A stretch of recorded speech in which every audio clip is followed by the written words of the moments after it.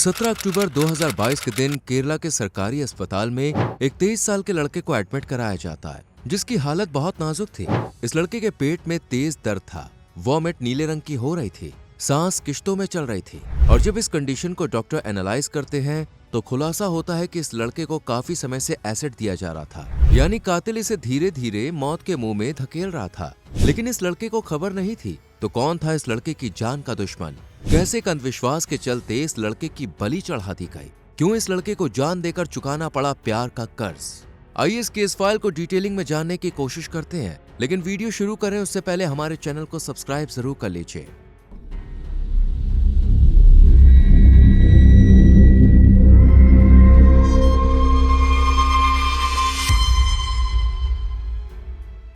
जिस 23 साल के लड़के को हॉस्पिटल में एडमिट कराया गया था, उस लड़के का नाम था शेरोन राज, जो केरला से ही बिलोंग करता था और यहीं के कॉलेज से, जिसका नाम नैयर क्रिश्चियन मेडिकल कॉलेज है, वहां से रेडियोलॉजी का कोर्स भी कर रहा था। सब कुछ नॉर्मल चल रहा था, लेकिन 2-3 दिन से शेरोन की हालत बहुत खराब चल रही थी। नीली उल्टियां हो रही थी और सांस लेने में दिक्कत हो रही थी।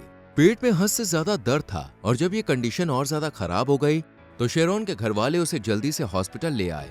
डॉक्टर्स ने तुरंत ही शेरोन का इलाज शुरू किया और जब चेकअप किया तो पता चला कि शेरोन के शरीर में मौजूद एसिड की वजह से उसकी यह हालत हुई है। इसलिए डॉक्टर्स ने शेरोन के घर वालों से बात की और पूछा कि क्या आपके बेटे ने खुदकुशी करने की कोशिश की है या कुछ उल्टा सीधा खाया है। घर वालों ने साफ इनकार कर दिया, क्योंकि उनका बच्चा तो हंसी खुशी अपनी जिंदगी गुजार रहा था, तो भला खुदकुशी क्यों करेगा। लेकिन डॉक्टर्स का कहना था कि जरूर शेरोन ने कुछ तो गलत खाया है, इसलिए वो फैमिली को फोर्स करते हैं, क्योंकि जब तक डॉक्टर्स को ये पता नहीं चलेगा कि शेरोन ने क्या खाया है तब तक सही और जल्दी इलाज नहीं कर सकेंगे, क्योंकि अलग अलग एसिड्स शरीर में अलग अलग तरीके से रिएक्ट करते हैं। लेकिन घर वालों को एसिड का कोई आइडिया नहीं था। जैसे जैसे घड़ी की सुई आगे बढ़ रही थी, धीरे धीरे शेरोन की सांसें भी कम होती जा रही थी। डॉक्टर ने फैमिली को बताया कि आपके बेटे के वाइटल ऑर्गन्स, लंग्स, लिवर सब फेल होते जा रहे हैं और फिर किडनी भी शेरोन का साथ छोड़ गई। पुलिस के लिए ये केस एक गुत्थी बन गया था, क्योंकि मर्ज तो सामने था लेकिन उसका कारण अब भी नहीं पता था। इसलिए डॉक्टर्स ने पुलिस की हेल्प ली। पुलिस ने आते ही जांच पड़ताल शुरू कर दी। शेरोन से जब पूछा गया तो शेरोन ने बताया कि मैंने 2-3 दिन पहले अपनी फ्रेंड के घर एक अलग तरह का काढ़ा पिया था और मेरी फ्रेंड ने भी उसे पिया, लेकिन वो बिल्कुल ठीक है। इसके बाद पुलिस शेरोन के घर वालों से पूछताछ करती है, जहां से पुलिस को शेरोन के क्लोज फ्रेंड रेजिन के बारे में पता चलता है और पुलिस शेरोन के फ्रेंड के पास जाती है। रेजिन भी यही बताता है कि हाँ, करीब 3 दिन पहले यानी 14 अक्टूबर 2022 को शेरोन मेरे साथ अपने दोस्त के घर गया था। जब ये घर के अंदर गया तो बिल्कुल ठीक था, लेकिन करीब 15 मिनट बाद जब ये घर से बाहर आया तो इसकी हालत बहुत खराब थी। ये घर से बाहर वॉमिट करता हुआ आया था और अपने घर तक वॉमिट करता ही गया था। जिस दोस्त के घर शेरोन गया था उस लड़की का नाम था ग्रीष्मा, जो कि कन्याकुमारी के रमा वर्मा चिरई नाम के एक जिले से ताल्लुक रखती थी और अपने माँ बाप की इकलौती औलाद थी और इसकी उम्र भी 23 साल ही थी। ग्रीष्मा पढ़ाई में काफी होनहार थी। ग्रीष्मा ने बीए इंग्लिश लिटरेचर से किया था और एमएस यूनिवर्सिटी तमिलनाडु में 4th रैंक हासिल की और फिलहाल डबल एमए की पढ़ाई कर रही थी। शेरोन से जब पूछा गया तो शेरोन ने बताया कि ग्रीष्मा और शेरोन दोनों का कॉलेज एक ही था और दोनों एक ही बस से कॉलेज जाया करते थे, इसलिए दोनों की जान पहचान हो गई और फिर दोस्ती हुई और दोस्ती प्यार में तब्दील हो गई। अब पुलिस ग्रीष्मा के घर दस्तक देती है और ग्रीष्मा बताती है कि 14 अक्टूबर को शेरोन रेजिन के साथ मेरे घर आया था। उस वक्त मैं सरदर्द के लिए काढ़ा पी रही थी, जो कि मेरी माँ बना कर देती है। शेरोन ने जब मुझे काढ़ा पीते हुए देखा तो उसने मुझे चिढ़ाया और मैंने शेरोन को चैलेंज में कहा इधर में तो वो भी काढ़ा पीने के चैलेंज को एक्सेप्ट करे और शेरोन उस काढ़े को पी गया, लेकिन ये बहुत ही कड़वा था, इसलिए मैंने उसे मैंगो जूस दिया, जिसे पीते ही उसे वॉमिट होने लगी और फिर वो घर चला गया। अब पुलिस ग्रीष्मा से उस काढ़े के बारे में पूछती है, लेकिन ग्रीष्मा इसके बारे में बताने से मना कर देती है, क्योंकि इसे सिर्फ उसकी माँ ही बना कर देती थी, इसलिए उसे कुछ नहीं पता था। पुलिस को ग्रीष्मा की बातों में शक जैसा कुछ दिखता नहीं है, इसलिए पुलिस बिना कुछ कहे हॉस्पिटल आ जाती है, जहाँ डॉक्टर से पता चलता है कि शेरोन की हालत और ज्यादा खराब हो गई है, जिसके चलते वो कभी भी दुनिया से जा सकता है। ये देखकर पुलिस शेरोन का डाइंग डिक्लेरेशन यानी मरने से पहले का बयान लेती है, जिसमें शेरोन किसी पर भी शक नहीं जताता और न ही उसने काढ़े की बात इसमें लिखवाई और 25 अक्टूबर 2022 को शेरोन की मौत हो गई। शेरोन तो दुनिया से चल बसा, लेकिन अपने पीछे कई सवाल छोड़ गया, जिनका एक एक करके खुलासा हुआ और इसमें सबसे ज्यादा हेल्प की शेरोन की पोस्टमार्टम रिपोर्ट ने, जिससे डॉक्टर्स को पता चला कि शेरोन की डेथ एसिड की वजह से नहीं हुई है, बल्कि उसके शरीर में पेस्टिसाइड्स यानी कीटनाशक जो कीटाणुओं को मारने के लिए इस्तेमाल किया जाता है वो मौजूद था। लेकिन इतना खतरनाक पेस्टिसाइड दिया किसने और क्यों, इन्हीं सवालों के जवाब ढूंढने में पुलिस का सर चकरा गया, क्योंकि अब तक किसी पर भी शेरॉन की मौत का शक नहीं गया था। हर चीज जितनी सुलझी हुई दिख रही थी, असल में वो उतनी ही उलझी हुई थी। इसलिए अब इस केस को क्राइम ब्रांच के हाथों में सौंप दिया गया। सीबीआई तुरंत इस केस को गंभीरता से लेती है और जांच पड़ताल का सिलसिला शुरू हो जाता है। सीबीआई सबसे पहले शेरॉन का फोन अपने कब्जे में करती है और फोन के डेटा को अच्छे से चेक किया जाता है। चेकिंग के दौरान सर घुमा देने वाला खुलासा होता है, जिससे सीबीआई को पता चलता है कि ग्रीष्मा और शेरॉन सिर्फ गर्लफ्रेंड बॉयफ्रेंड नहीं थे, बल्कि ये दोनों हस्बैंड वाइफ थे। इन्होंने घर वालों से छुपकर शादी की थी और इसका खुलासा हुआ शेरॉन के मोबाइल से मिली तस्वीरों से, जिन्हें देखकर ये साफ जाहिर हो रहा था कि इन दोनों ने छुपकर शादी की थी और कई फोटोज में ग्रीष्मा के सिंदूर भी लगा हुआ था। इसके बाद सीबीआई ने जब फोन रिकॉर्डिंग सुनी तो उसमें ग्रीष्मा कह रही थी कि पुलिस वालों को लगेगा कि तुम्हारी डेथ मेरे काढ़े की वजह से हुई है, जबकि मैंने कुछ नहीं किया। शेरॉन के रिप्लाई में शेरॉन ग्रीष्मा के लिए काफी बुरा फील करता है और उसे यकीन दिलाता है कि उस पर कोई आश नहीं आएगी। इसलिए शेरॉन ने डाइंग डिक्लेरेशन में ना तो ग्रीष्मा का नाम लिया और ना ही काढ़े का, क्योंकि शेरॉन ग्रीष्मा को बहुत ज्यादा प्यार करता था। चैट्स रिकॉर्डिंग में ग्रीष्मा ने एक ऑटो ड्राइवर का भी खुलासा किया था और शेरॉन को बताया था कि काढ़ा पीने के बाद जो मैंगो जूस पीकर आपकी तबीयत खराब हुई थी, वही मैंगो जूस मैंने एक ऑटो वाले को भी दिया था और उसकी तबीयत भी खराब हो गई थी, लेकिन फिर वो बाद में ठीक हो गया, इसलिए आप भी ठीक हो जाओगे। पुलिस ये रिकॉर्डिंग सुनकर अब इस ऑटो वाले की तलाश में जुट जाती है। काफी समय तक इस ऑटो वाले की तफ्तीश की जाती है, लेकिन कोई भी ऑटो वाला नहीं था जो ग्रीष्मा की बात को सच साबित कर सके। अब पुलिस को कुछ भी समझ में नहीं आता कि वो इस केस को किस तरह से सुलझाए, और इस टाइम पुलिस के दिमाग में सिर्फ एक ही नाम घूम रहा था और वो नाम था ग्रीष्मा का, क्योंकि हर एक पहलू उससे ही लिंक था। इसलिए पुलिस फिर से ग्रीष्मा के घर जाती है और पहली स्टेटमेंट के बारे में दोबारा से ग्रीष्मा से पूछताछ करती है, जिसमें ग्रीष्मा ने बताया था कि यह काढ़ा उसकी मां ने बना कर दिया था। लेकिन इस बार ग्रीष्मा अपनी बात से पलट जाती है और कहती है कि वो काढ़ा मेरी मां ने नहीं बल्कि एक रिश्तेदार ने मुझे बनाकर भेजा था और इनका नाम था प्रियदर्शनी।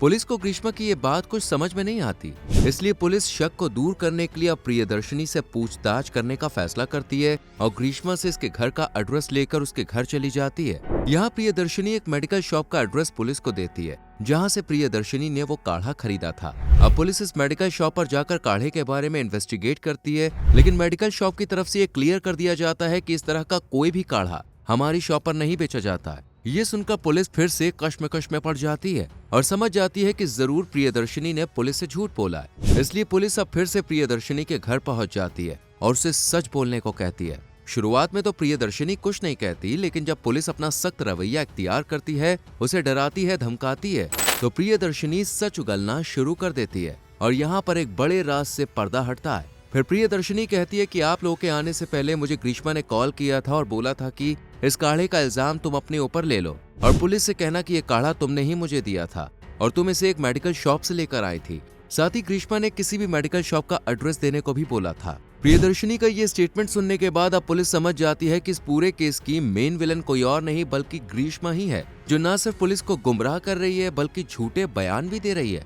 और हो ना हो ग्रीष्मा ने ही शेरॉन की मौत की कहानी भी लिखी है। इसलिए पुलिस अब बिना देरी किए ग्रीष्मा के पास पहुंच जाती है और शक के आधार पर ग्रीष्मा को अरेस्ट कर पुलिस स्टेशन ले जाया जाता है और करीब 8 घंटे तक ग्रीष्मा से सवाल जवाब का सिलसिला चलता है। पुलिस सख्ती बरतती है और एक एक करके ग्रीष्मा सच बोलना शुरू कर देती है और यहाँ इस केस फाइल का क्लाइमैक्स रिवील होता है, जो कि काफी चौंकाने वाला था। ग्रीष्मा ने जब ग्रेजुएशन कंप्लीट कर पोस्ट ग्रेजुएशन का फॉर्म फिल किया तो उसके घर वालों ने उसके लिए रिश्ता ढूंढना शुरू कर दिया और एक लड़का ग्रीष्मा के घर वालों को पसंद भी आ गया, क्योंकि ये लड़का आर्मी में था, काम तो अच्छा था ही, साथ ही ये देखने में भी काफी हैंडसम था। ग्रीष्मा भी काफी पढ़ी लिखी समझदार थी, इसलिए ग्रीष्मा की फैमिली को दोनों की जोड़ी अच्छी लगी। लड़के के घर वाले भी इस रिश्ते के लिए राजी थे। इसी बीच शादी के सिलसिले में ग्रीष्मा की कुंडली दिखाई गई। पंडित जब ग्रीष्मा की कुंडली देखते हैं तो काफी परेशान हो जाते हैं और घर वालों को बताते हैं कि ग्रीष्मा का जो पहला पति होगा वो ज्यादा दिनों तक जिंदा नहीं रहेगा, जल्द ही उसकी मौत हो जाएगी। ये सुनकर घर वालों के साथ ग्रीष्मा भी काफी ज्यादा हैरान परेशान हो जाती है, लेकिन पंडित पे डिटेल में पूरा किस्सा समझाते हैं कि ग्रीष्मा का सिर्फ पहला पति ही मरेगा, जबकि दूसरा सही सलामत उसके साथ रहेगा। ग्रीष्मा की जिंदगी हंसी खुशी गुजरेगी। ग्रीष्मा की पूरी फैमिली अंधविश्वासी थी और हैरत की बात ये थी कि इतनी पढ़ी लिखी समझदार ग्रीष्मा भी इन सब बातों में फंस गई और अंधविश्वास की बातों पर यकीन कर बैठी। ग्रीष्मा की शादी आर्मी वाले के साथ तय हो चुकी थी, लेकिन इस कुंडली के बारे में लड़के वालों को कुछ भी नहीं पता था। इसलिए फरवरी के महीने में दोनों की शादी तय हो गई, यानी सिर्फ 4 महीने में ग्रीष्मा की शादी होने वाली थी। ग्रीष्मा इस शादी को लेकर अपनी खुशहाल जिंदगी को लेकर काफी खुश थी। लेकिन अंदर ही अंदर उसे अपने पति की मौत की बात भी खाई जा रही थी। इसलिए ग्रीष्मा ने इसका उपाय निकाला और सोचा कि वो पहली शादी नकली तरीके से करेगी, जिससे उसका पहला पति मर जाएगा और फिर इसकी दूसरी शादी आर्मी वाले के साथ खुशहाल रहेगी। इसलिए ग्रीष्मा ने शेरोन को मोहरा बनाने का फैसला किया। शेरोन ग्रीष्मा का अच्छा दोस्त था, अक्सर ग्रीष्मा के घर आया जाया करता था। वहीं शेरोन के घर वाले भी ग्रीष्मा को अच्छी तरह से जानते थे। शेरोन ग्रीष्मा को पसंद करता था और ये बात ग्रीष्मा भी अच्छे से जान चुकी थी, इसलिए इसने शेरोन को ही फंसाने की साजिश रच डाली। दोनों के बीच दोस्ती से प्यार हो गया और शेरोन ग्रीष्मा के लिए काफी सीरियस भी हो गया और ग्रीष्मा से शादी करने का मन बना बैठा। लेकिन ग्रीष्मा ने बताया कि उसकी फैमिली इस शादी को कभी भी एक्सेप्ट नहीं करेगी, इसलिए ग्रीष्मा ने घर वालों से छुपकर शेरोन से शादी कर ली। ग्रीष्मा से शादी करने के बाद शेरोन का प्यार और ज्यादा बढ़ गया। दोनों एक दूसरे के साथ टाइम स्पेंड करने लगे और कई बार ग्रीष्मा ने शेरोन के साथ सिंदूर लगाकर फोटो भी खींचे, जो कि पुलिस को शेरोन के फोन से बरामद हुए। कुछ टाइम बीत गया, पहली शादी भी हो गई, लेकिन पंडित के कहे मुताबिक अब तक शेरोन की मौत नहीं हुई। पंडित ने कहा था कि शादी के कुछ समय बाद ही ग्रीष्मा के पहले पति की मौत हो जाएगी, लेकिन शेरोन की मौत तो दूर, बुखार भी नहीं आया था, जिससे ग्रीष्मा परेशान हो गई थी क्योंकि उसकी जल्द ही शादी होने वाली थी और अगर शेरोन जिंदा रहता तो वो कभी भी आर्मी वाले से शादी नहीं कर सकती थी। अब ग्रीष्मा अपने ही जाल में फंसती जा रही थी और इससे बाहर निकलने का सिर्फ एक ही रास्ता था कि शेरोन को रास्ते से हटाना होगा, यानी कि उसकी मौत। ग्रीष्मा को कहीं ना कहीं इस बात का भी डर था कि अगर इसने शेरोन से शादी तोड़ आर्मी वाले के साथ शादी कर ली तो कहीं शेरोन उसके फोटोज उस लड़के को ना दिखा दे। शेरोन के मोबाइल से ग्रीष्मा के कई प्राइवेट फोटोज भी निकले थे। इन्हीं फोटोज की वजह से ग्रीष्मा ने फैसला किया कि अब वो शेरोन की जान ही ले लेगी और फिर बिना किसी चिंता फिक्र के अपनी खुशहाल जिंदगी बिताएगी। इसलिए इसने शेरोन को स्लो पॉइजन देकर मारने की ठान ली और धीरे धीरे जूस वगैरह में पेस्टिसाइड्स मिलाकर देने लग गई। शेरोन की अक्सर जब भी तबीयत खराब होती तो ग्रीष्मा उसे काढ़े में पेस्टिसाइड्स मिलाकर दे देती और कम कम मात्रा में देती थी ताकि शक की सुई उस पर आकर ना रुके। एक बार ग्रीष्मा मैंगो जूस की बोतल में काफी सारा पेस्टिसाइड मिलाकर शेरोन के लिए लेकर आई, लेकिन शेरोन ने जब इसे टेस्ट किया तो उसे कुछ अजीब लगा, इसलिए शेरोन ने पूरी बोतल फेंक दी। ये देखकर ग्रीष्मा समझ गई कि इसे रास्ते से हटाना बहुत मुश्किल है, इसलिए ग्रीष्मा ने 14 अक्टूबर को शेरोन को फोन किया और कहा कि घर पर कोई नहीं है, तुम आ जाओ। ये सुनकर शेरोन रेजिन के साथ गाड़ी पर बैठकर उसके घर चला गया। रेजिन बाहर ही खड़ा रहा। ग्रीष्मा ने इस बार शेरोन को ज्यादा मात्रा में पेस्टिसाइड दे दिया और तभी शेरोन की तबीयत खराब हो गई। 14, 15, 16 अक्टूबर तक तो फिर भी शेरोन होशो हवास में था, लेकिन 17 को जब परिवार वालों ने देखा कि इसकी हालत बहुत ज्यादा खराब हो रही है तो उसे हॉस्पिटल में एडमिट करा दिया गया और 25 अक्टूबर 2022 को शेरोन की डेथ हो गई। इस खुलासे के बाद पुलिस ने जब ग्रीष्मा के घर की तलाशी ली तो उन्हें घर के बाहर पेस्टिसाइड की खाली बोतल भी मिली।